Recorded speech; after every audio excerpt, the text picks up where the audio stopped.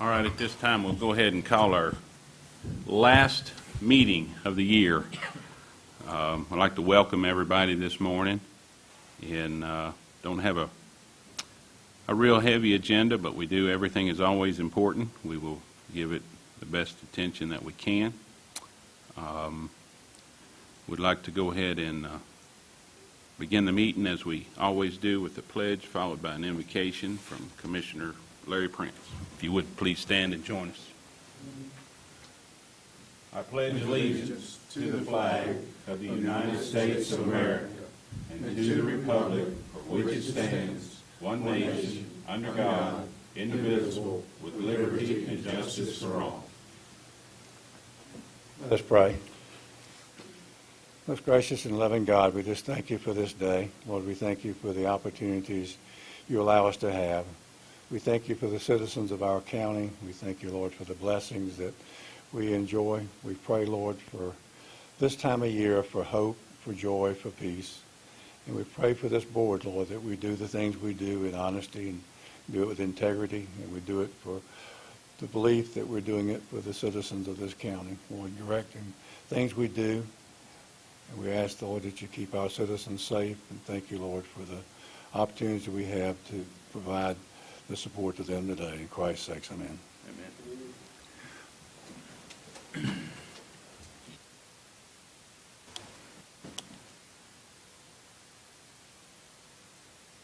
Amen.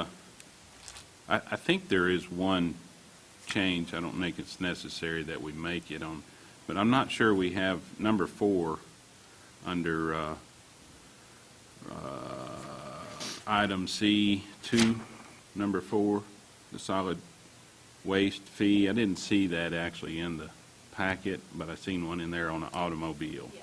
So instead of waste, it's actually for an auto refund. But with that, that was the only thing that I had seen in the packet. That, and also you'll notice there's a little bit of redundancy in a few things, few of those tax reports, but we'll get through that. Motion to approve with modifications. So we have a motion to approve the agenda with that note. Second. And a second. All in favor, make it known by saying aye. Aye. Opposed, no. 4-0. Commissioner Bobby Irwin is not with us today, obviously, but it's not an emergency. He had scheduled conflict for this meeting. All right. We do have in our packet some minutes from our previous meeting. Any questions on those minutes? Motion to approve is published. Motion and a second to approve the minutes. All in favor, make it known by saying aye. Aye. Opposed, no. 4-0.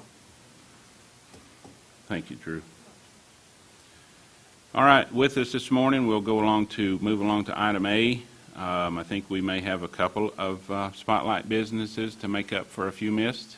And we have with us Ms. Jordan Edwards from the Chamber and the SRC, but representing the Chamber to start with, I think. Yes, thank you so much. Good morning. I apologize for missing the earlier December meeting, but I'm going to make up with it by talking a whole lot this morning. So get ready. First of all, I want to go over our new members for the Chamber beginning at the end of November up to now where we're at in December. So we have Tangle Salon, Old River Pest Management, Rock Apart Farms, The Treehouse, Hope Fellowship Church, Durgan Originals, Eric Thomas Funeral Service, Constantino Salon at the Gap, and Ophelia's. And I'd like to also remind you all that Constantino Salon at the Gap will be having an open house at the beginning of January, so be checking our Facebook page for details on that. And going forward with some exciting news at the Chamber, I'm really honored to introduce Karen Edwards O'Leary as our new full-time office manager, and she is sitting beside Katie. We're really excited to have her on our team, and we are certainly going to miss Maina. She has been with the Chamber for a long time, and I don't think she's going to go too far. We're going to see if we can wrangle her in as a volunteer in the visitor center. So we'll see how far we can get with that. But first of all, for Spotlight Business, I want to start with Carolina Farm Credit. And Stacy had planned to be here today, but she said a couple of farmers came in this morning. She gave me a call, and so she couldn't be here today. But that's good to know that our farmers are out there speaking with Stacy, because that's what Stacy is there for, and also what Carolina Farm Credit is there for as well. And I'm really looking forward to highlighting a business that provides loans and services for farms, homes, and agribusinesses, because that is such a cornerstone of our county. And I'm excited to say that Carolina Farm Credit has 3 full-time employees, and they help with land loans and cattle loans particularly. They say that that's been a big hallmark of what they do up here in Sparta, and they say that their lending is what makes them really unique. And Stacy said that she really enjoys being able to kind of extend those opportunities to farmers and individuals that are looking to kind of homestead up here in Alleghany through lending. And Carolina Farm Credit has been in business for over 100 years, which is really interesting. Their 100-year mark was in 2016, so they're at 102 years right now. They've had no mergers, no name changes, no anything like that, so that's really great. They've been a chamber member for 10 years. They started in 2008, and I asked Stacy a little bit this morning to tell me what kind of motivates her when she goes to work, because I don't really understand exactly everything that goes behind the doors at Carolina Farm Credit, but she said she is really motivated by helping farmers so that they can help us. And I thought that that was really a great way to kind of put a bow on the top of them being a Spotlight business.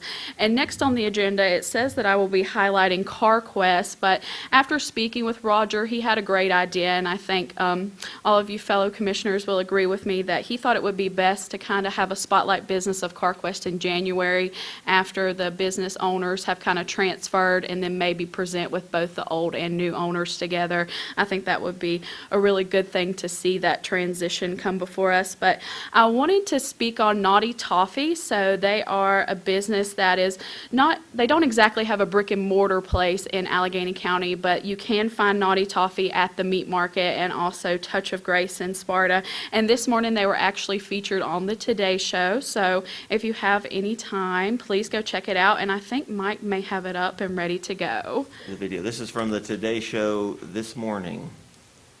Hassle-free holidays and last-minute stocking stuffers. In the chaos of the season, it can be easy to forget about the stocking stuffers, but here to help, Chassie Post, lifestyle expert. She's got some help for all those little gifts that our families will love. Best part, all of these under 20 bucks, is that right? Yay, yay, yay. Yes, under 20. They'll get there by Christmas. And there's some really fun ideas, Craig. All right, let's start with these sweet treats. Yes, these are fantastic. These are from Sugar Wish, and they're kind of like a modern-day candygram.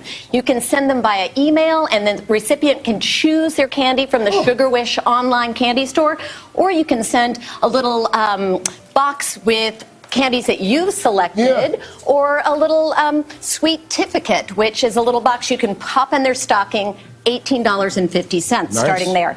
Okay, get ready for some of the most delicious toffee ever. This is Naughty Toffee. Naughty Toffee? Naughty Toffee, a little bit naughty, a whole lot nice. And this company was actually created to bring jobs to Alleghany County in North Carolina.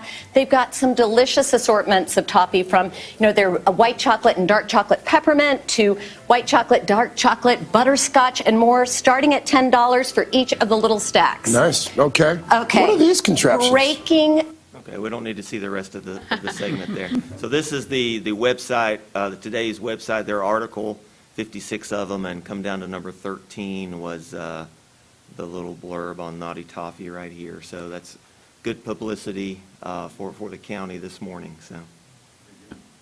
Yep, and I think that is all I have for you all today. Do you have any questions for me?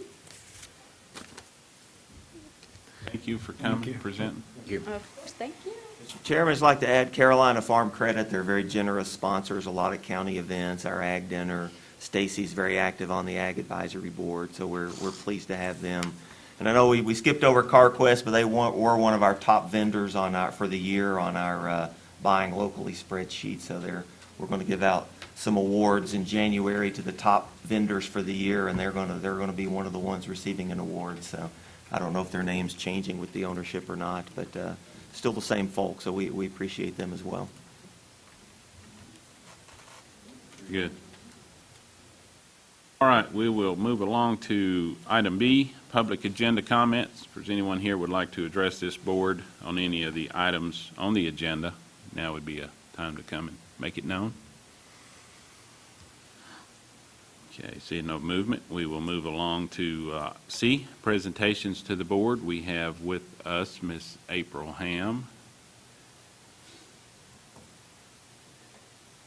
Have a policy, some revisions and a substance policy.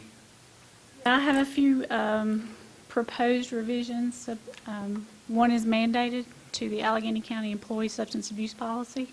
Pages 8, 9, 11, and 12 are the ones I've got indicated in your packet, Yes. or where we're going to actually be focusing. The first one is actually the definitions there in the policy administrator. It currently says that the HR officer and the finance officer is the policy administrator. We think it's more up to date to say that the human resource officer is responsible for the administration, and in the absence of the HR officer, then the finance officer will be the administrator. Okay. Going on down in the definitions, just clarified that the positions are identified between administration and the finance HR office. It originally just said admin and finance office.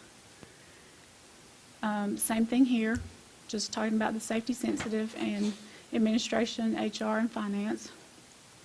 I added this one just to clarify that we do have the authority to test for drugs and alcohol. It was said in the top portion there, but I think it just needs to be in each statement, is the reason I added that one. Again, there under the random testing, just added that we are doing drug and alcohol testing, both randomly. And here's the main portion of why we're changing the policy, or what started the changes in the policy. Tiffany Boyer is actually here with me this morning. There is a mandated FTA percentage change in random from 25% to 50%. That is over the course of a year. They're still done randomly. But we need to change the wording in our our substance abuse policy for this. Random testing percentages for mandated rates by other agencies will be as follows. Alleghany in motion, all personnel as mandated by the FTA, that's full-time and part-time. And then any of the mechanics that work on the public transportation vehicles they fall under that policy. As we were going through, looking at our random pools, there's a couple of changes that we are suggesting. The tax office appraisal staff and administrator and the DSS social workers and the supervisors were added earlier this year. We would just like to add soil and water conservation employees and the 911 mapping employees to that random pool. Both of those departments do have vehicles, and they both have to be out in the community to do their jobs as per their job description. So we'd like to add them to that random testing pool. In the recreation department, we have one change with an employee in that department. It was just a total admin employee. Now that employee is actually a field and admin employee. So we think everyone in the recreation department needs to be randomly tested. Can I answer any questions, or can Tiffany answer any questions about the mandate? I do have a question for county attorney. This removes us from a possibility of someone countering us with discriminatory practices. If we'd have left these departments out, then that was a possibility if an employee had taken an action. It would have been impossible. So we've closed a loophole. I think our goal was, we would love to have everybody, all county employees included in the random testing. We talked about that about a year ago, the lawsuit and the rule, the decisions or the interpretations from the School of Government that we could not include most, administrative type employees in the pool. But this gets more of the folks in there. We can, make their fit the definition a little better, and at least include more of our employees in there. And of course, I want the public to know there's been no issue with any of these departments that we're adding. We're Absolutely not. We're going to find a way. We'd love to find a way to get everybody in there, but we're doing the best that we can on that right now. So, Well, and on that note, April has come in as our first HR administrator, 2 years ago, roughly? 2.5 years now. So this Yes, is sir. fairly new, so she's having to develop a lot of this stuff and continues to work and spend time out getting educated and combing through this stuff to fill in maybe some of these soft spots and whatnot, Right. so. And I really didn't realize when the policy was first done back in 2016 how much the two departments, especially soil and water and 911 mapping, was out in the public doing their jobs. So, So that's why They it's have a just, dedicated vehicle, which enables us to, not just access to a vehicle, but they have a dedicated vehicle. That So is that's how, correct. one of the reasons we can include them. so what I'm getting at with that comment is this probably won't be the last time. As you continue Probably through with not. this, there will be tweaks and adjustments as as job needed. descriptions change and as we Right. add newer employees, that's the same thing with soil and water. You know, there's been some change in the soil and water department, so that's one reason that one came up. And also you have the federal mandates that are constantly changing Correct. also. So Correct. it's going to be a never-ending process. Thanks for staying on top of it. Thank you. And doing what you feel is in the county's best interest to try to ensure that we're covering our bases as much as we legally possibly can, so. Good job. All right, well, let's keep safety first. With that, we will need to, approval for that from the Motion board. to approve is amended. Motion and a second to approve. Any further discussion? If not, all in favor, make it known by saying aye. Aye. Good job. Opposed, no. 4-0. Thank you. All right, next is Ms. Rita Miller from the Tax Office. We normally have these items included in our consent agenda, but with new Commissioner Bill Osborne here, we'd be good probably if there's any questions. We might just kind of go back to the old way this time and cover all the documents through one at a time so we can sort of get a feel for, and then if there's any questions, anybody can ask them at that time, so. Good morning. So in your packet, you have multiples of our report this time, and usually I just send one copy of the report to Drew, and this time I made a copy for each board member, and that's the way I used to do it, so that's why you have multiples of each this time. So the first thing that we have is the vehicle tax refunds, and these are under the tax and tag program. And refunds are generated due to a variety of reasons. A tag is turned in because the vehicle has been sold. The second one on your list this time is a situs error. And the situs error is when they have received their bill and it includes Town of Sparta tax on it. Hold on just a second. That first number, the actual report is page 30. That reflects that, if you want to. It's just kind of, anybody got any questions on that, any of those? Bill, you good? Okay, all right. Sorry about that. Okay. So a situs error, most of the time, is when a vehicle has been purchased. And so it comes through, for whatever reason, the system doesn't recognize the 911 address, and so it will give it county and city limit tax. Usually that's what a situs error is going to be, and that was the case with this one. It was actually, I think, in the Piney Creek section, but it had Town of Sparta tax. So they pay the bill, and then we have to refund it. We encourage people, there are some areas of the county like Highway 18, Highway 21, Memorial Park Drive. So part of that road is going to be in the city limits and part is not. Most of those folks know now, come in and we'll adjust it before you go pay your bill. So usually that's what the situs error is about. Of course, vehicles being sold, over-assessment, maybe that's happened before that hadn't became before the board, or that we recognize that and we can make that change without it coming before the board. And then the next to the last one was registration out of state. They've turned in their tag before it expired and provided proof to us that it's registered in another state. So the total request for November on vehicle tax system refunds is $675.58.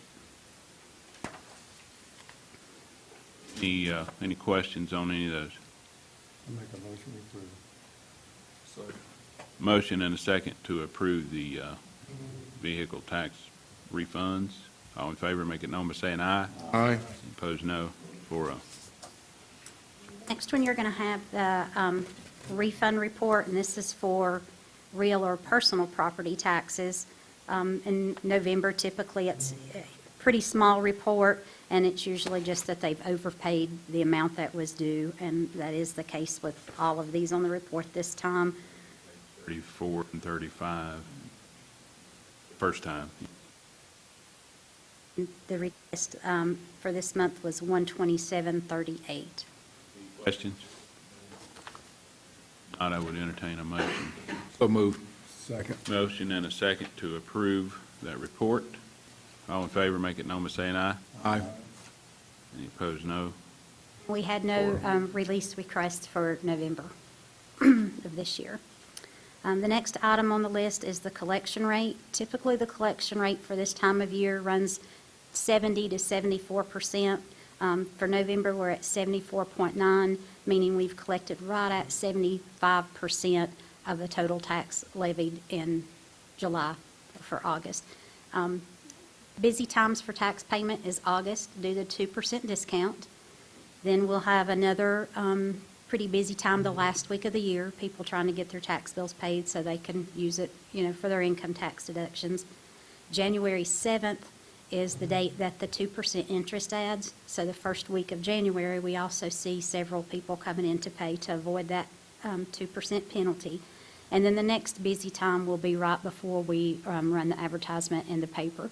Those folks are notified that the ad is getting ready to run and that they have until a specific date to pay to avoid being advertised. So those are our most busy times as far as tax collection goes. I would say on that item right there is, we used to, and there's been some changes in our tax software and things in the reporting, we used to get the history, some historical data with those numbers, and I've had a conversation with Rita, would like to go back to seeing this same period last year, beside that number, so that we can kind of see how it's tracking and trending. And Certainly, that's no problem to Okay. get that change made. At any time you see any changes in the reporting you'd like to see, I'd be glad to do so. The next thing is the payment agreement report, and that did have a lot of changes with our new tax software. What you get now is a report of everyone that has a payment agreement, which talks about how much was due at the time their agreement was made, what years are included, when their last payment was made, and whether it's current or not. If it's defaulted, then we take the next step and we try to collect it by any means that we have. We do contact them. That could be wage attachment, bank account attachment, debt set-off, so ultimately foreclosure if we aren't able to work something out to get the taxes paid. everything but that first. We and try do everything but last. that Yeah, first, yeah, yes. yeah. Yes, that's We don't very want it- costly to the taxpayer, so we try everything we can before we take that step. And thank you for your efforts and all your staff and the collections. The numbers have moved upwards, albeit slightly, but a small adjustment in that percentage is pretty impactful in our revenue, so. I've actually seen here just in the last few weeks, Karina has started working on the unclaimed cash for North Carolina. You'll see advertisements about that. And every few years, she works it all the time, but we'll go for months where we don't get anything. And here lately, we've started getting a little bit more in from that. So that every little bit helps there. So, and the last thing I have today is a motor vehicle appeal. It's a 1970 Ford F-100 pickup truck purchased in August, purchased for $4,000. When it comes through in our system, we send out a letter asking for information. What did you pay for the vehicle? Things of that nature. And if we don't get the letter back, then we must assume the highest value possible on that. That would be as a restored type show vehicle. So that's why it got the $15,000 value. So the owner's opinion of their value was $3,500. NADA as restored was $13,750. They did have a dealer's opinion of value of $3,500. My recommendation is $3,700, and how we come about that is the purchase price of $4,000 in August by 7% depreciation for that first year, and that's what we use if we don't have really good information available, as 7% the first year. That's where the $3,700 came from. Any questions on that? I have no questions on this particular, but I do have a couple of questions in regards to the software after we're done here. All right. With no questions, I would entertain a motion. So move. Second. Move in a second to approve the assessor's recommended value of $3,700. Correct. All in favor of that, make it known by saying aye. Aye. Opposed, no. 4-0. Okay. And I just wanted to let the board know and the citizens know, January, I typically come to the second meeting in January, but I will be in Raleigh for the tag office training, so I'll be attending both meetings in February. The first meeting, I will bring what I normally would have brought in January, and then the second meeting, I will do the February reports, if that's okay with the board.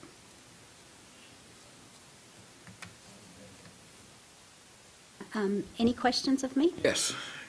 We've had our new software now for approximately 18 months, actually up and running, if I'm correct. Yes, the collections and personal property appraisal, yes. How's it performing? It was doing wonderfully. We start the CAMA, or the real property appraisal, we will be starting in December. We've already started part of the conversion of the data, has went very, very well. And we will begin. The difficult part with that is matching our schedule of values. All the calculations that are built into our old system has to match, number for number in the new system. And that's difficult to do, but that is what we'll get started on in December. And January, we'll kick off our 2021 revaluation, which we've worked with imaging specialists, and the logo is Reval Alleghany 2021. So we'll be kicking off that campaign, letting the citizens know that it's beginning, and doing some public relation information sharing with folks what's going on. We've got a way of track. I'll know what areas the appraisers are working in. We'll have a website up and running for Reval Alleghany.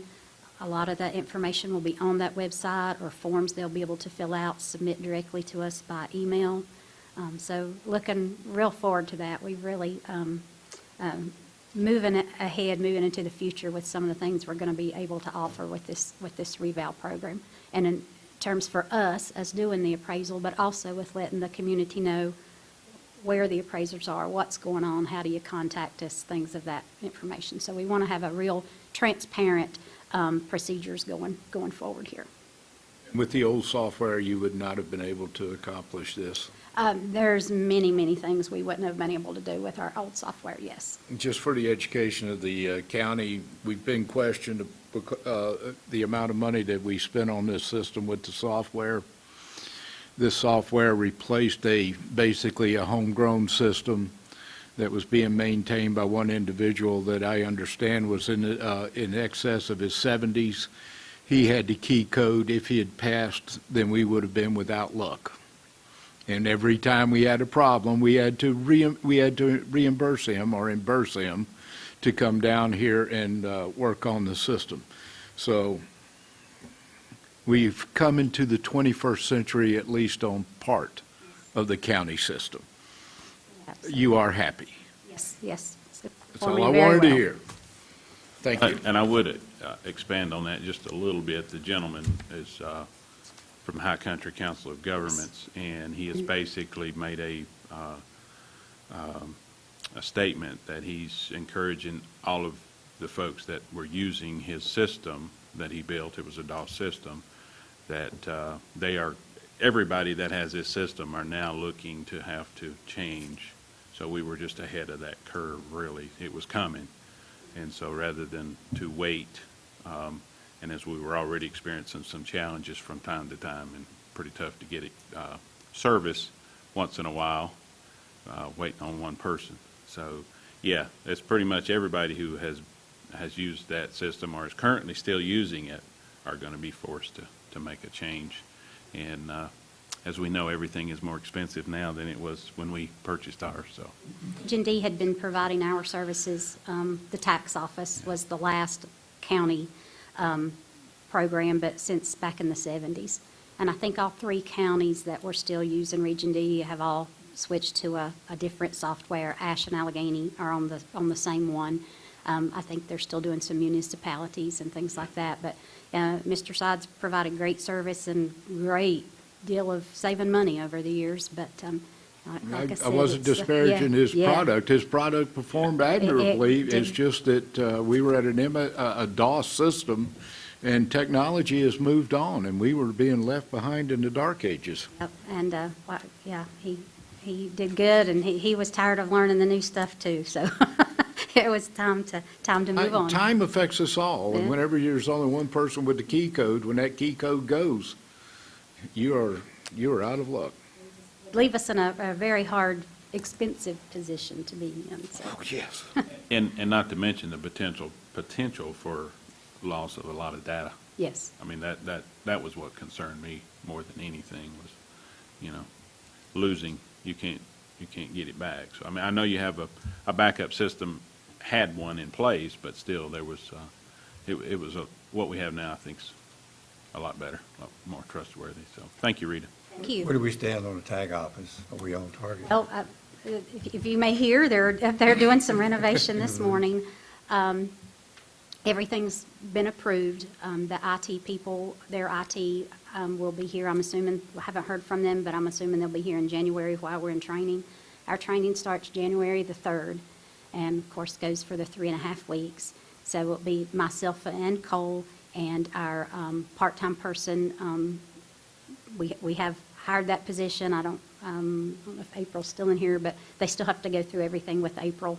So coming to work as long as everything goes okay the day we come back from Christmas, and then we leave for Raleigh on January the 2nd to start our training, so. End of January, we're still.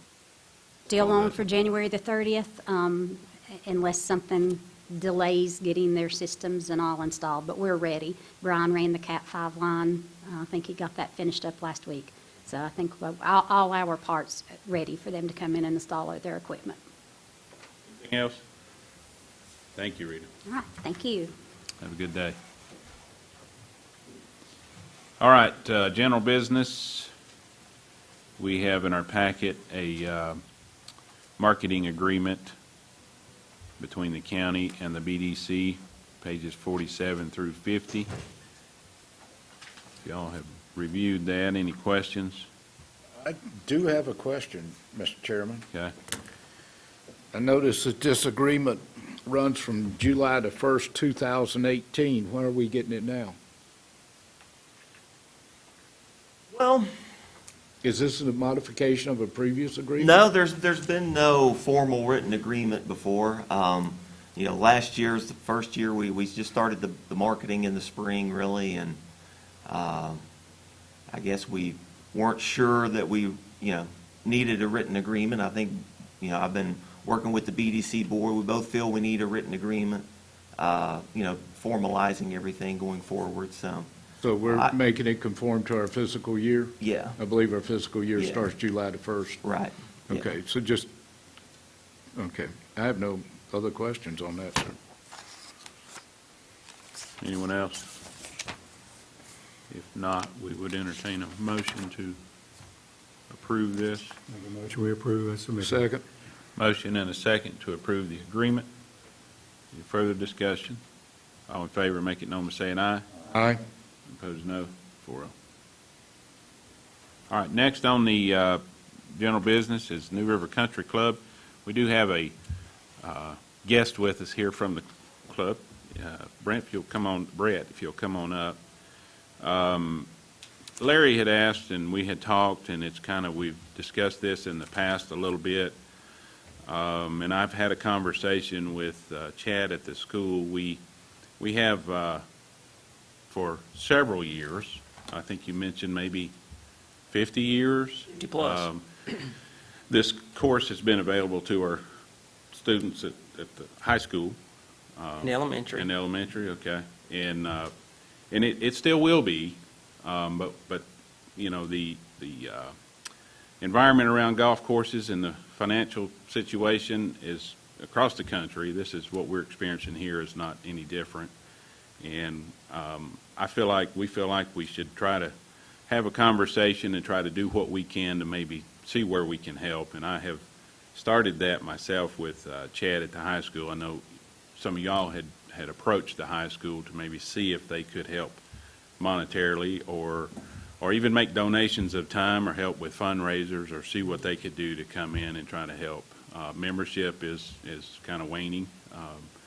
And so with everything kind of on a downward trend, and the conversation I had with Chad was he felt like that they could come to the table with and the number he proposed was $1,000. And I was hoping that maybe we could kind of help and maybe match that possibly. I don't know what the board's interest or position would be on that.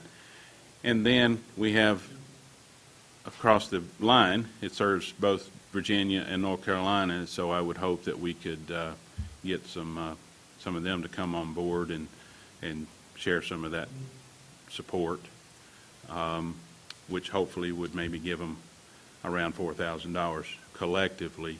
I know there were some numbers given to the school of the value in the use that they have with the students, and somewhere around $5,000. If you know the rounds of play and how much they were using it and all, $5,000-$6,000 was a number that was out there. I'm not sure how accurate or firm that was. And of course, the golf course is doing several things. They've talked about had a discussion of a lot of different things. One of the biggest expenses they have is the cart rental. Right. Of course, one of the biggest revenue generators is the cart fee. So, but they are working to try to develop a co-op to maybe some local folks go in and purchase carts and rent them to the course to help offset some of that fee annually by reducing it by about half. Correct. Is somewhere in that neighborhood. None of this is fully developed yet, but it sounds like there is interest and it may move. We need to get enough people interested to buy a cart to supply the whole course, hopefully, with about ideally 30 carts, I think was Correct. the number. And at this point, we've got 13 commitments. Yeah. So we need approximately And 17 if you'll more. add the one or two that we talked about a while ago, Correct. we're probably halfway there. Right. And it hasn't really been put out to the public, I don't No, think. it as has not, well just as it basically to will our be, membership. so, yeah. And with that, Brett, if you would speak to anything you want to, anything that's gone on beyond that, or kind of what you are one of the board members, I think. I am. Okay. Again, my name is Brett Jarrett, a member of the Board of Directors at New River Country Club. I came here several months ago in the business spotlight and updated you on the status of the club. Told you I'd come back and share with you any updates that we had. Unfortunately, this year we saw very poor weather conditions in the spring and in the late fall, which resulted in approximately 850 rounds that we were down this year. So we find ourselves in a financial situation not unlike what we found ourselves at the end of last year. As Mark indicated, we are looking at several options to hopefully get us out of this situation. We just recently obtained our tax exempt status, so we are able to do fundraisers now. We are in the middle of one currently, and as we go through next year, we hope to generate at least 3 or 4 of these fundraising events. As Mark indicated, the co-op, as it relates to the cart leasing agreement, if we can get that worked out, then we will cut that expense approximately in half. We also want to partner again with not only our local school system, but the Grayson County school system. Our course is open both to the high school and the elementary schools for both of these counties. And we also charge no fees for any child under the age of 16 to come and play. We floated a couple ideas prior to this meeting, partnering with B&B and local hotels and regional hotels in the area. I think that's a great idea, and I think that's something we need to look at. Also, we need to do another membership drive. A capital campaign last year generated approximately $10,000 in revenue for the club. Our main fundraising event. The Mike Caudle Memorial Tournament last year generated $15,000. We hope to make that $20,000 this year. We have looked at our operating expenses. We've cut them to the bare bone.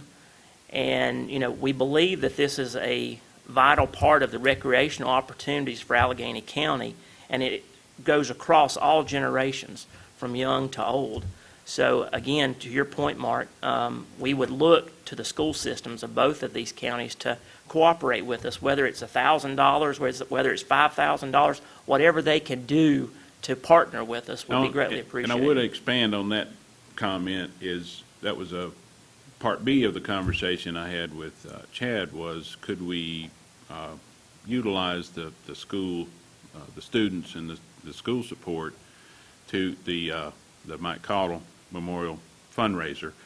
Prior to getting, I want to back up. You mentioned nonprofit tax status. Right. Now you can do fundraisers. Well, you have done fundraisers prior to having that, but now it puts you in a different position. Exactly. For the folks participating, bring a few more players to the table. Please. You do the memorial in April. That's correct. And so, spring of the year, golf it's a good revenue time, and it's Yes. kind of a good way to start. Of course, right after most folks have hopefully paid their membership up. So you're starting from a really good position. And if you have, with this year, with the challenge in the weather and the rounds down, by the time you get to the fall, you're kind of suffering on the revenue side. And my thoughts were, and I know we had that shareholder meeting that we were in, was trying to get maybe the school to come in and see if we could do a fundraiser, with the golf students and things through the school. And he was very much on board with the idea. Of course, that was all. We were just talking ideas, and also helping to come and just have cleanup days and things of that nature to volunteer. We're looking to get these kids actively involved, both from a fundraising standpoint. We talked about getting the Grayson and Alleghany County school system to come together and do a fundraising tournament where we would share in the profits of that tournament. Also mentioned something about the number of youth. One of the challenges we see on the golf course is we don't see a lot of kids out there playing. Right.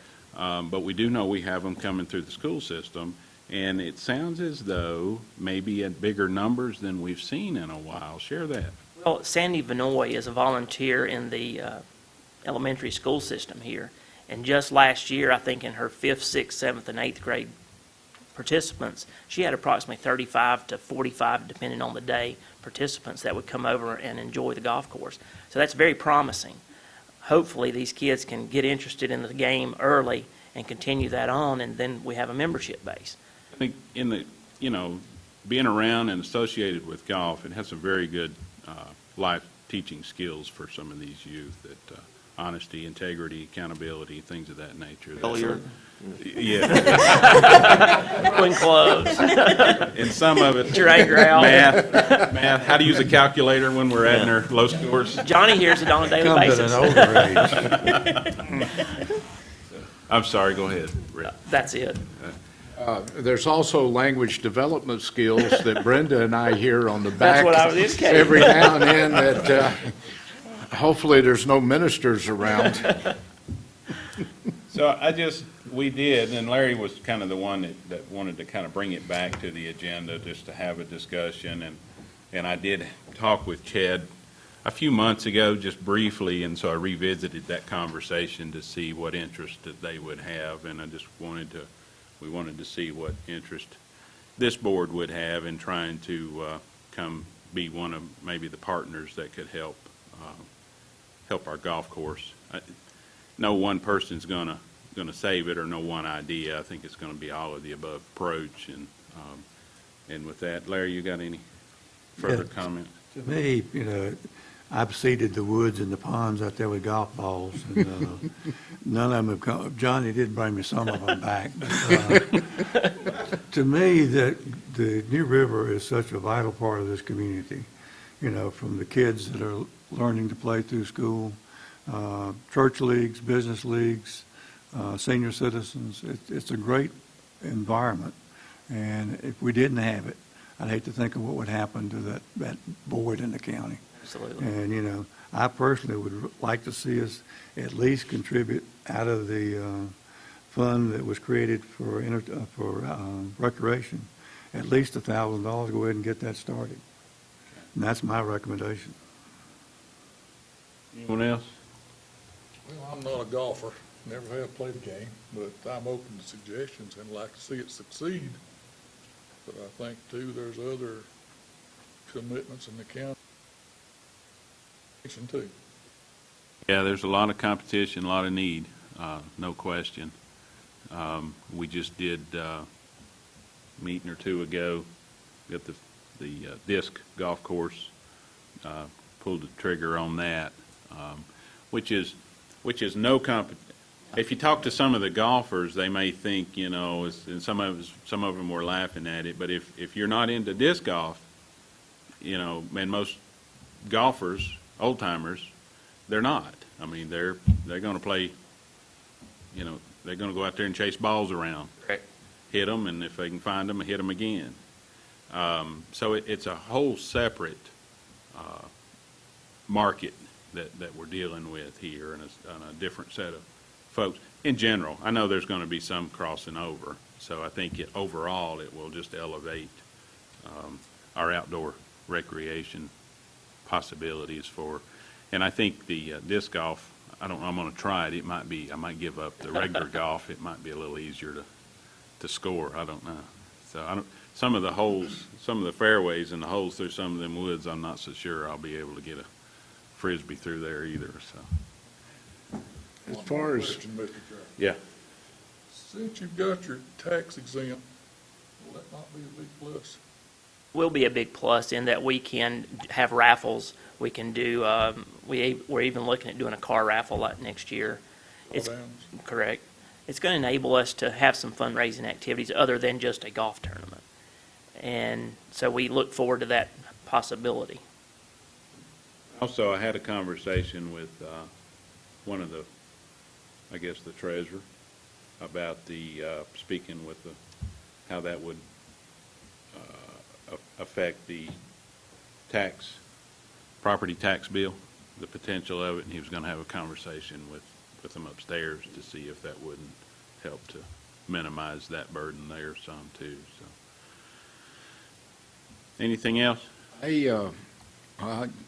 unless you're passing me over, looking at it, to me, we're looking at three funds. The school board, and I feel that the school board should be contributing for the green fees. Then the county. I'm opposed to the county making a direct contribution. However, I can see us increasing the money that we give the school so that they could pay the additional.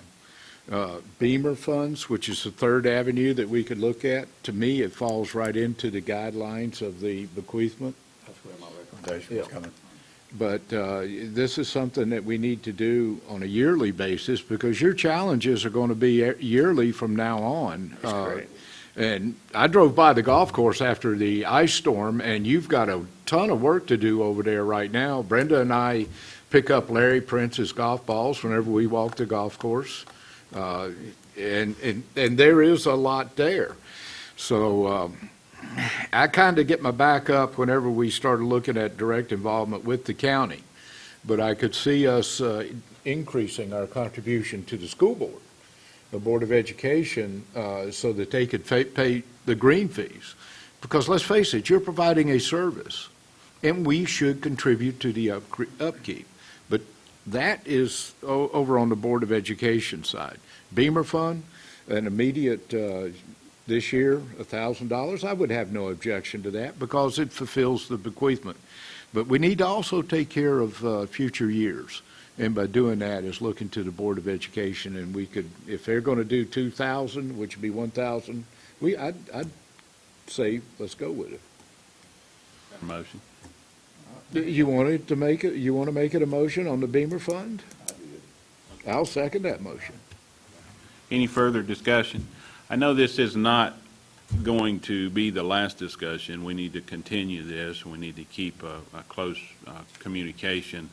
And then, of course, you know, talk with the schools going forward and continue to move the conversation to settle it where it needs to be, because, you know, the Beamer money is not an unlimited supply. So, you know, if we need to get this in our budget conversation, we're certainly open, I think, to seeing where that flushes out and bring the school to the table with us on too, so. I'm hoping that with our cost-cutting measures, with our ability to raise funds, hopefully next year we get a better weather year, that we won't be back to see you anytime soon.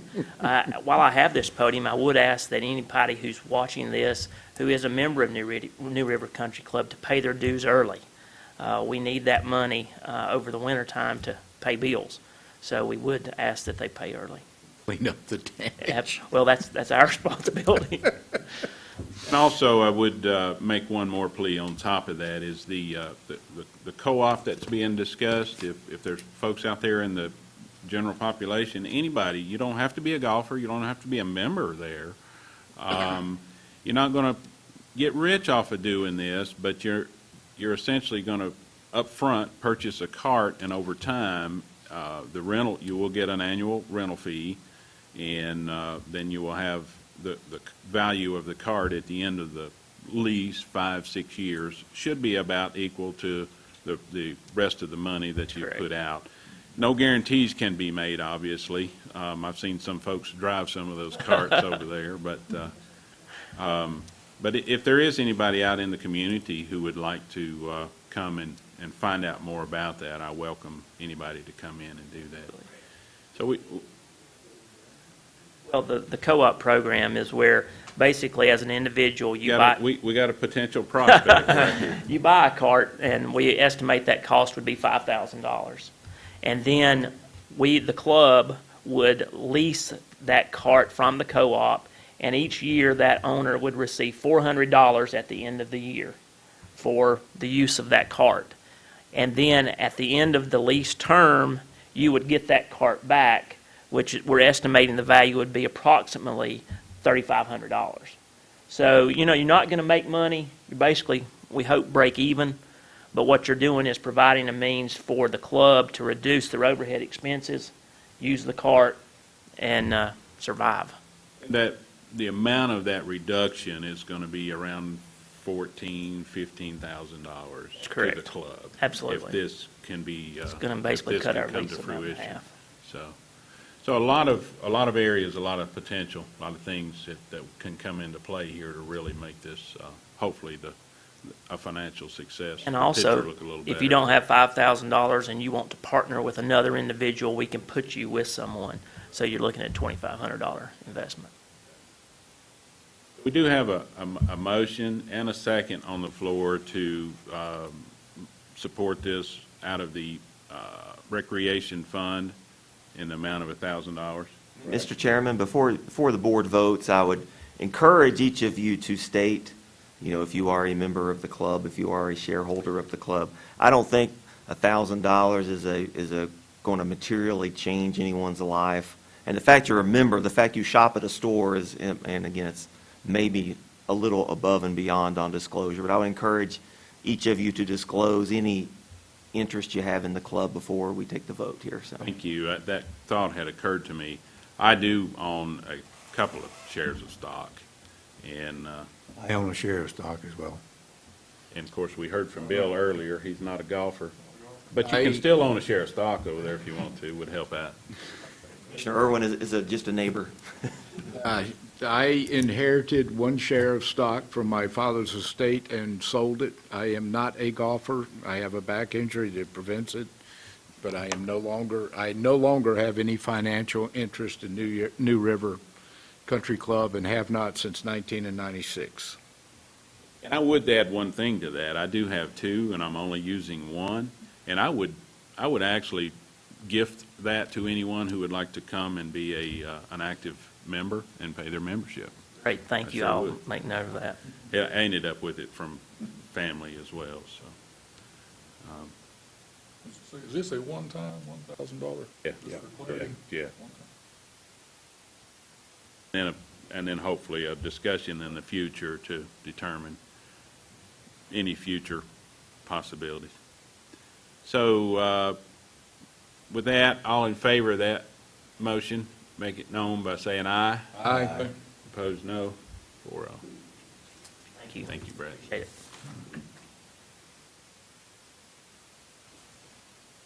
All right, at this time, we are to item E, our consent agenda. Any questions there? I have questions on amendment number 19, sir.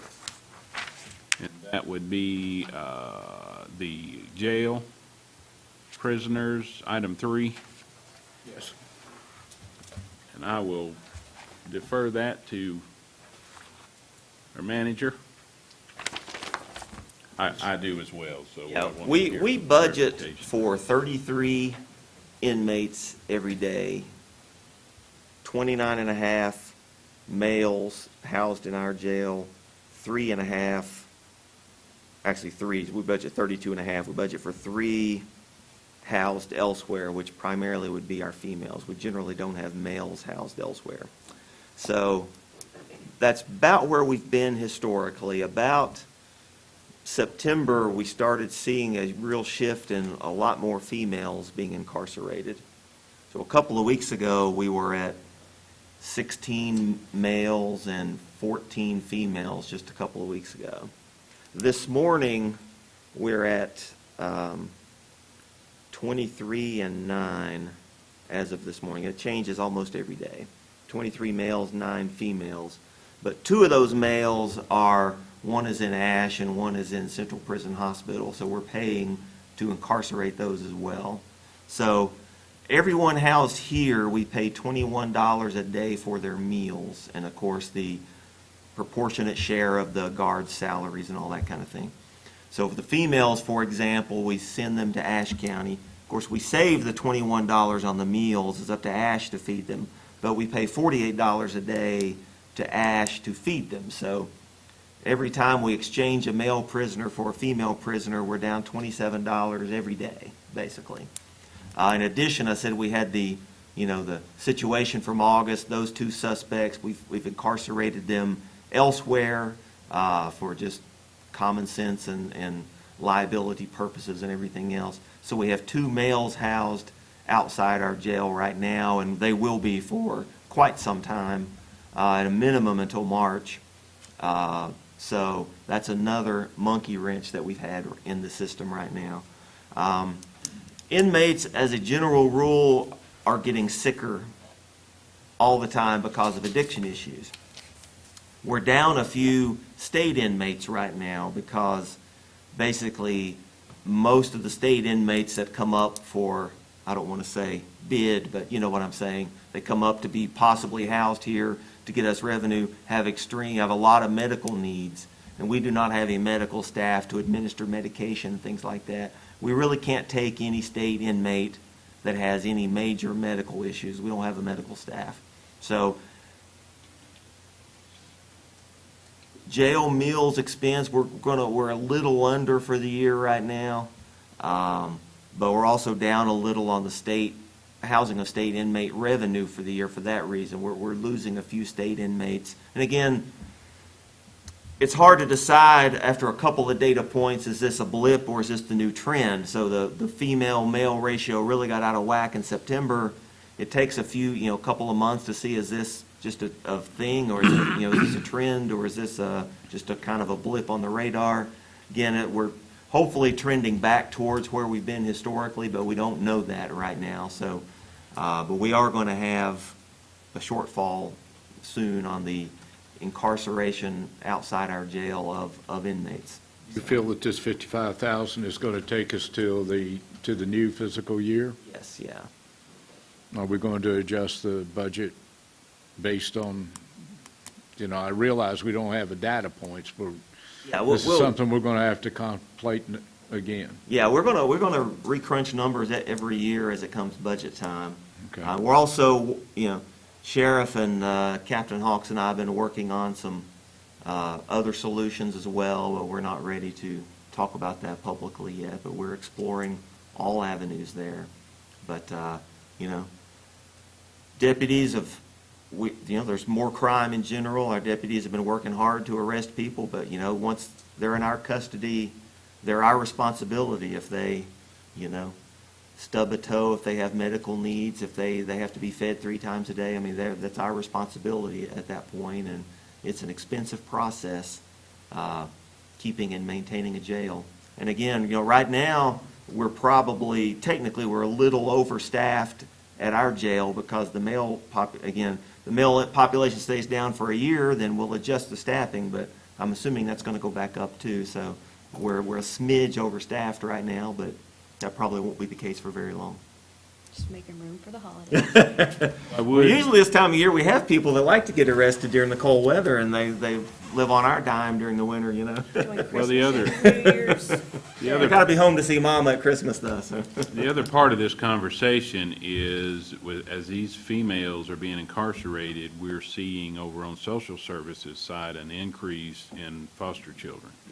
And it's all, or a lot of it has to do with the opioid conversation. Not only that, I know there's other drugs and other challenges, but a lot of it is impacted by that. So it's all kind of interconnected, and we're probably going to be seeing, maybe, hopefully not, maybe we'll have it covered between now and the end of the year, but I wouldn't be surprised to be hearing from social services in that area. We have to, of course, transport them back and forth to Ash, and we make sure there's two, make sure there's 2 officers when we're transporting a female prisoner, just in case they're, just for liability purposes. So that it adds to our part-time and overtime budget and things. So transportation, right now, we're okay, because it's not a huge transportation effort to go to Ash and get somebody, but it affects that budget line item as well, so. Another cost or impact that our deputies are having to deal with a lot of times are going out of the area to take children to child advocacy centers. And our partnership is real close, within, I think, a few weeks away from having one operational right here locally that will help to alleviate some of that stress on their time. And that's also our social services workers. So when any children go out for that, there's a lot of hours from social services and law enforcement a lot of times Most that of the are time, we're spent going on the to road. Boone, sometimes to Hickory for that, so, but Yeah. usually to Boone, yeah.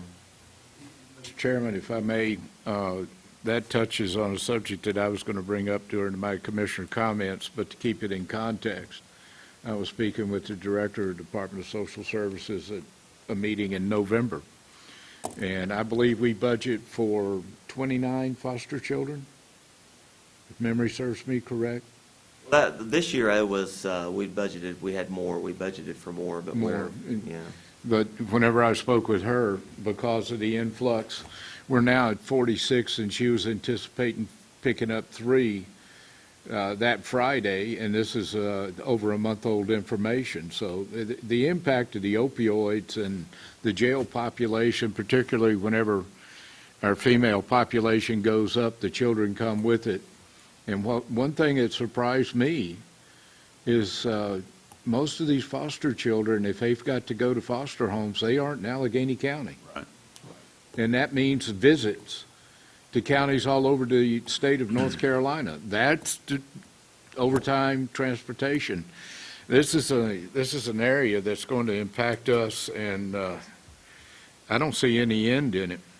Well, the App Health recently got a grant, it's only for 6 months, I think, to put a substance abuse counselor in our jail. Jennifer Green will be here at our next meeting, and that's one of the topics she will talk about. So, it's a big issue, and anything we can do to help that situation, if we get one person cleaned up and out of jail and working a job, then, that's grant has more than paid for itself. So, but it's a huge issue, and, everything in life, the wave eventually crests and it gets better. 5 years ago, we never thought the recession was going to end, but it did.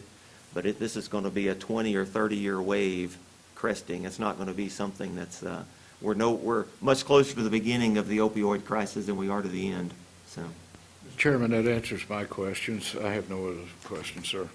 I would like to throw out at this time, too, is the plea for foster parents. If anybody has ever considered, now is a time to reconsider and possibly talk to our social services on that note. Any other questions on any of the items under the consent agenda? Make a motion, we approve. Second. Motion and a second to approve the consent agenda items. All in favor, make it known by saying aye. Aye. Opposed, no. 4-0. Thank you. All right, we will move along to public comments. If there's anyone left that would like to address this board on any matters, now would be the time to come and make it known. Everybody jump at once. And we will move along, see no movement, we'll move along to county manager comments and turn it over to Mr. Mike. Thank you.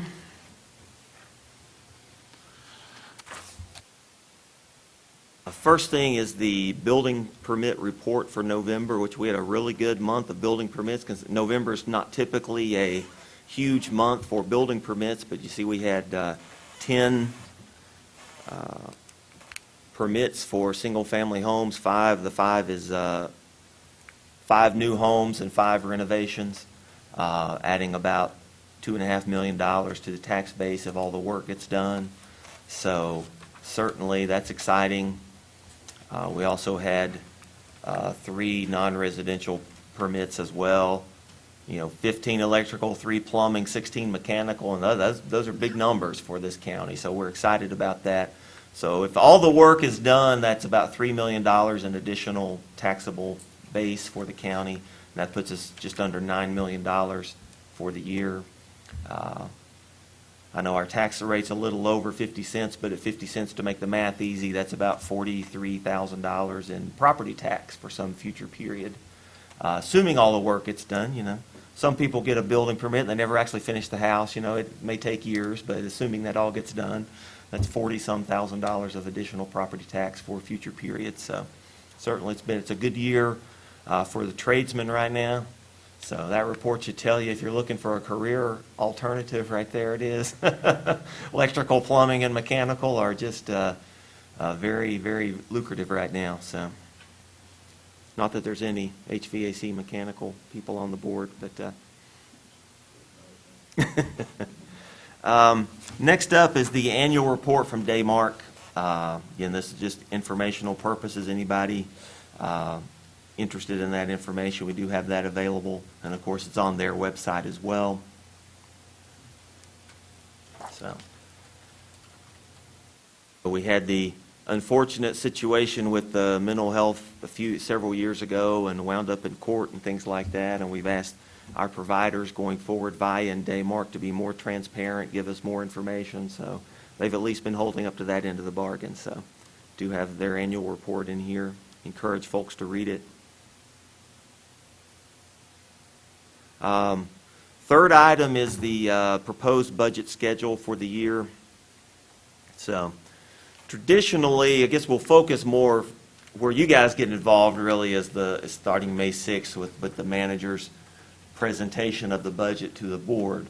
By statute, that must be done no later than June 1st, and typically we have done it on June 1st, or maybe if that was a Saturday, the right before that. Wanted to start the process a little earlier this year, so plan is May 6th. That's the regular evening Board of Commissioners meeting. Part of the meeting, we will do the budget presentation at that point. And then we can start budget workshops earlier if you would like to do that. Now, we don't need to decide dates for those tonight, but just be thinking about that. Maybe we'll get a couple in before Memorial Day, and then if you want to do that, or if you just want more time to digest and then start with the workshops after Memorial Day. So just let you know, we are going to start the process a few weeks earlier this year. And that'll be something to throw in our retreat for discussion to sort of process that. Next up is, again, just every time we get an ABC permit renewal or approval, we'll put that in here. So we have another one here for just malt beverage, that would be a beer permit. So for Elizabeth's Nightlife and Pool Hall.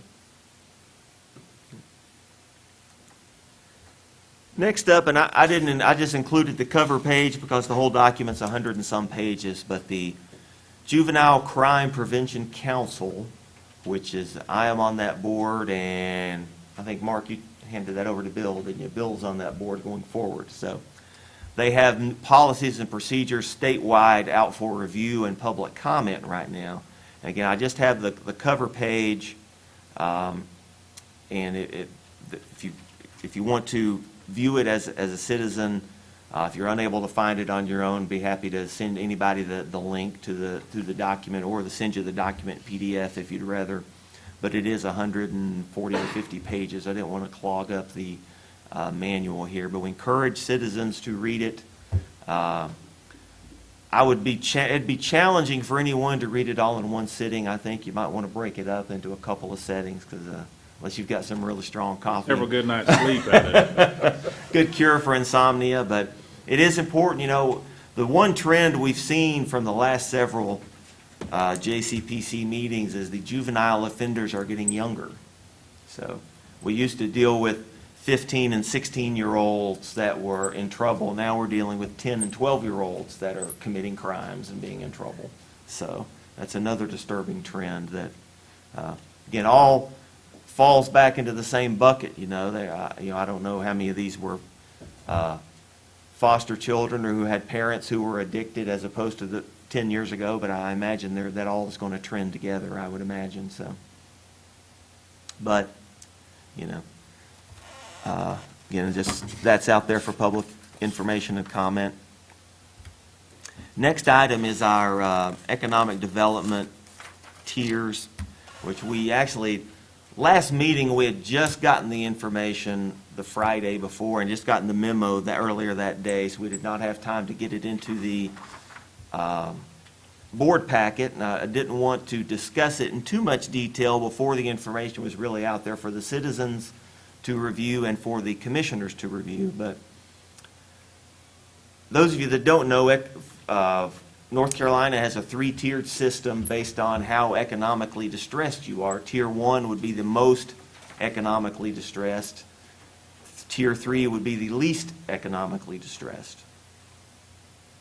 So as you can see, Alleghany County was one of the counties that moved from, we have been a Tier 1 county as far back as any of my county employees can remember. It's been at least, at a minimum, it's been since before the recession, and I think it had been before that. It's probably been into the 90s since we'd been a Tier 1 county that whole time. We did get bumped up to a Tier 2 county this time, which you can see right here. Again, this is kind of a copy of a fax here. But this first category is adjusted property tax base per capita. So Alleghany County here is 90. That means we're 90th. We're 10th best is what that means in this case. So our property tax base per capita is very good. That's one of the factors. The second category is population growth. And we did have a positive population growth. You see we're 57th. That's right in the middle of the pack. So you can see right below us, Anson County, they lost population out east. But then Ashe is 2 below us. We grew a little bit faster than Ashe County, as you can see, but they're pretty much in the middle as well. The third I think the range on population growth is interesting. We have, the worst was a minus 3.5 almost, and the best was 10.6. Mecklenburg and Wake are like around 6 or so. So I thought those were some interesting numbers.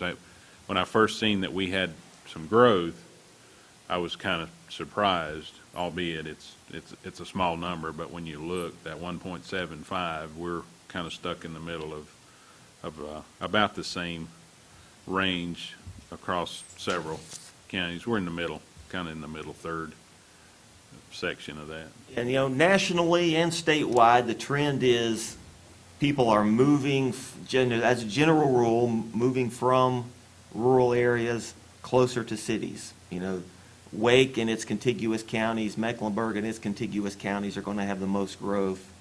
as a general rule. So any rural county that's not losing population is doing very well in this day and age. Well, I think where the rural counties are picking up is the growth rate into the urban areas is so much. A lot of folks are tired of that, and then they're sliding out of there, moving out towards us. Maybe not this far yet, but eventually they'll get here. That's in my lifetime, I've seen that happen around Lake Norman. I mean, used to you drive down through there and it wasn't hardly anything, and now you can't drive down through there. So I experienced that in Brunswick.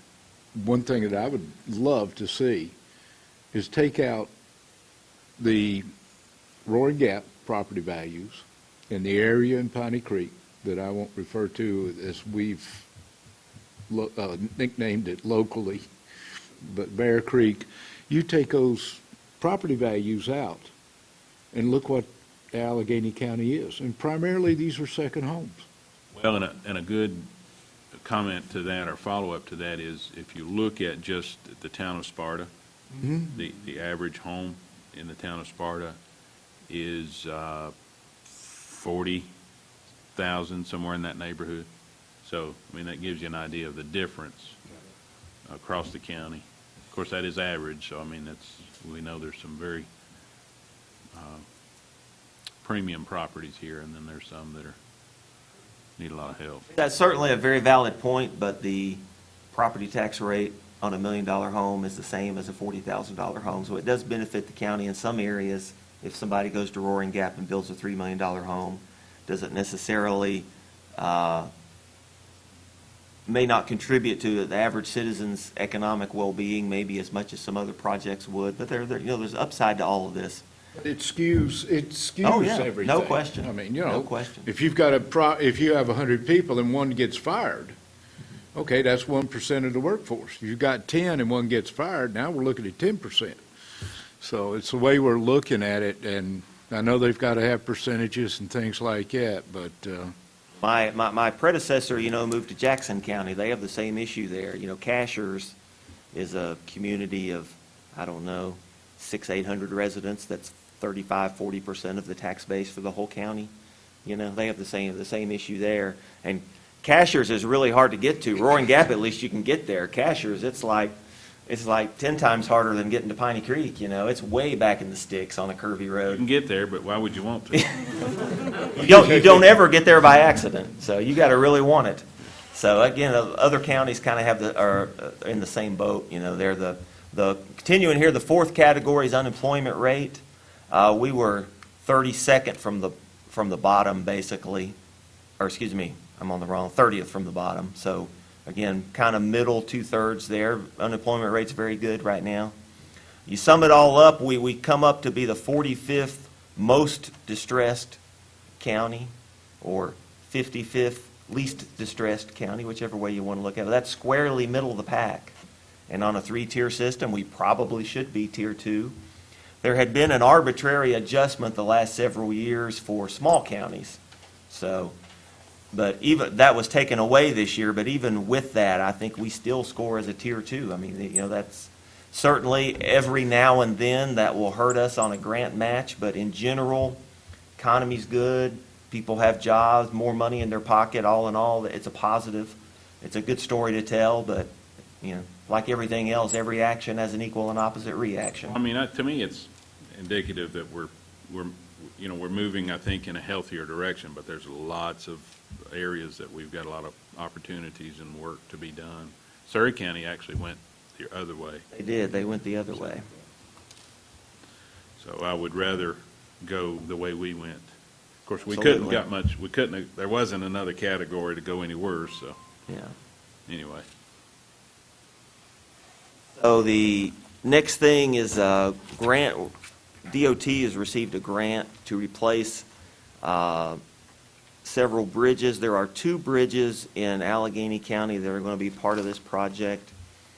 One is on State Route 1422, which State Route 422. There's about 4 different roads that are part. I don't know exactly where this bridge is. And then State Route 1433 over the Little River.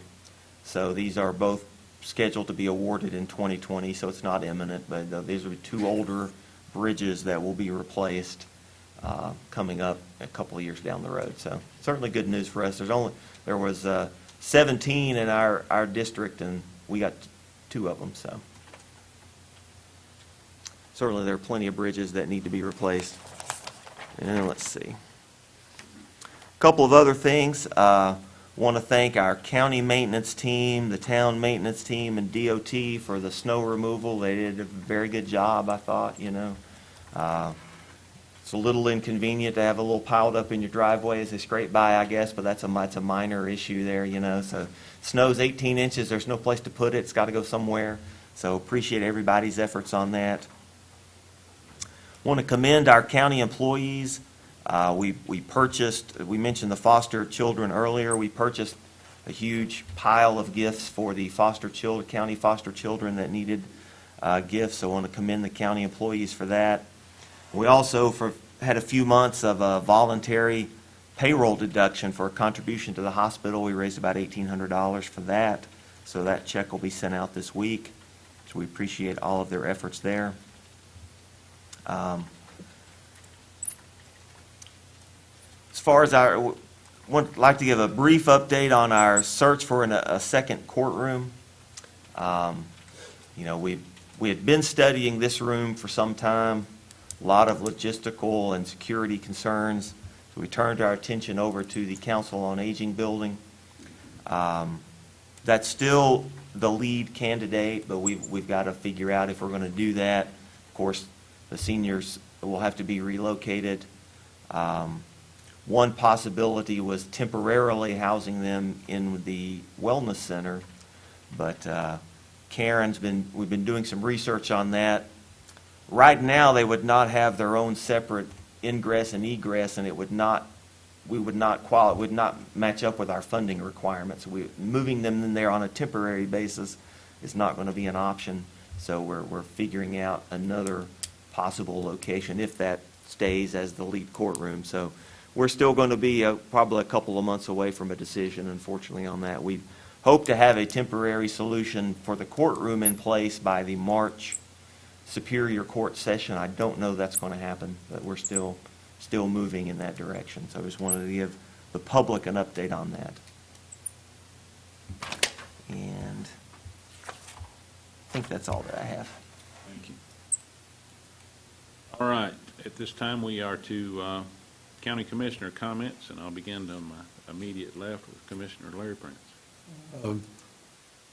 60 Minutes last night, the attorney in Florida is going after opioids. He's the one that won the tobacco settlement, and it was very promising of what they're doing in Ohio going after it. And so, I know it's going to be a long process, but I think he's got the right team and the right agenda to go after these drug companies. It's the only comment I have. Commissioner John Irvin. It has reached the Christmas season now. It is a time of families getting together, travel, and I would hope that everyone in the county would enjoy the Christmas season and spend the time with their loved ones, but most of all, reflect on what the season actually means. It's not gift giving. We need to look towards our fellow man. I'd like to compliment the county employees on their generosity for the gifts and the money that they have given to the county. It's one thing that's always amazed me about Alleghany County. Whenever someone's in need, we dig deep and we dig often. It reflects well on the citizens of this county. That's all I have, Mr. Chairman. Thank you. Thank you. I'd just like to expand on John's comments about the community coming together. It never fails. When there's a need out there that somebody gets behind it and drives it home. And just like to thank all the department heads. Seem like everybody does a good job in the county government and all the snow removal and everything else that went on. I want to wish everybody a Merry Christmas and a Happy New Year's and a safe holiday. Thank you. I have a couple of things, or three maybe. We did a resilience documentary screening Thursday. We had two different groups, one at noon and one in the evening. About a little less than 60 folks came out to view that. Our library is acquiring a copy of that to have on hand locally. There was some folks, a lot of different folks were there. Some different information than what we've seen in the past. Talks about, essentially it talks about stress, but not just the day-to-day stress. It's talking about the toxic stress that's going on in some of our homes and our challenges and some of the things we talked about. We know there are citizens in the county that are dealing with a lot of this, and I think this is going to bring some different views and some different ideas to try to help minimize some of the impact of this toxic stress and try to help to build some resilience to it. I do have some documents here, and would just encourage the public to, if you hear anything about it, if you get an opportunity, this will probably continue to be screened throughout the community, I hope, in the coming months. Some very, very good information. Commissioner Prince was at the noon showing, and just I think it was good, but it's just a beginning to a long process. There's a lot of opportunities, as we talked about, to needs in our community, and this is one of them. So just watch out for that, and as soon as we get it in the library, we get a copy, I will try to get the word out. I want to remind the board we do have the dates secured for our retreat in January, the 29th and the 30th, and we will be producing, Mike and I have been working on the agenda ideas. We'll be bringing that the 1st of January for your all's input and feedback and develop that agenda for that. It will be at the BDC, and I want to thank the county, Mike, our staff, all of those that work for the county for their efforts this year. It has been a good year, been a lot accomplished. We've had some pretty aggressive agendas and items and needs, and thank the board for your efforts and support. I thank Commissioner Prince for a nice gesture here. He had a copper plate, Mark Evans, chairman, added to this gavel here, and it is removable. So at 1st of December and at 19, it can be turned over and somebody else's name can be put on the back of it. So, but I do just encourage everybody to enjoy your family, your friends, spend time together, and reflect on what is good, what has been fruitful, and everybody, we all need to examine ourselves and try to see where we can improve ourselves that would help maybe somebody else's life to be a little bit better. So I know as a board we're going to have a lot of work to do next year. We're going to start a little bit early on our budget, and I appreciate the staff for cooperating with that. I think it will help us to not feel so stressed. We've been usually trying to crunch everything in 1 month, and a lot of meetings in a month on top of our usual meetings. So I think that'll help us to spread that out a little bit and still attack our budget as we have in the last couple of years, and hopefully improve upon it. And that is all I have. If there's nothing else, everybody have a Merry Christmas and a Happy New Year. Happy second. And we have a happy motion to adjourn and a happy second. All in favor? Aye. Make it known by saying aye. Any who's not? Merry Christmas.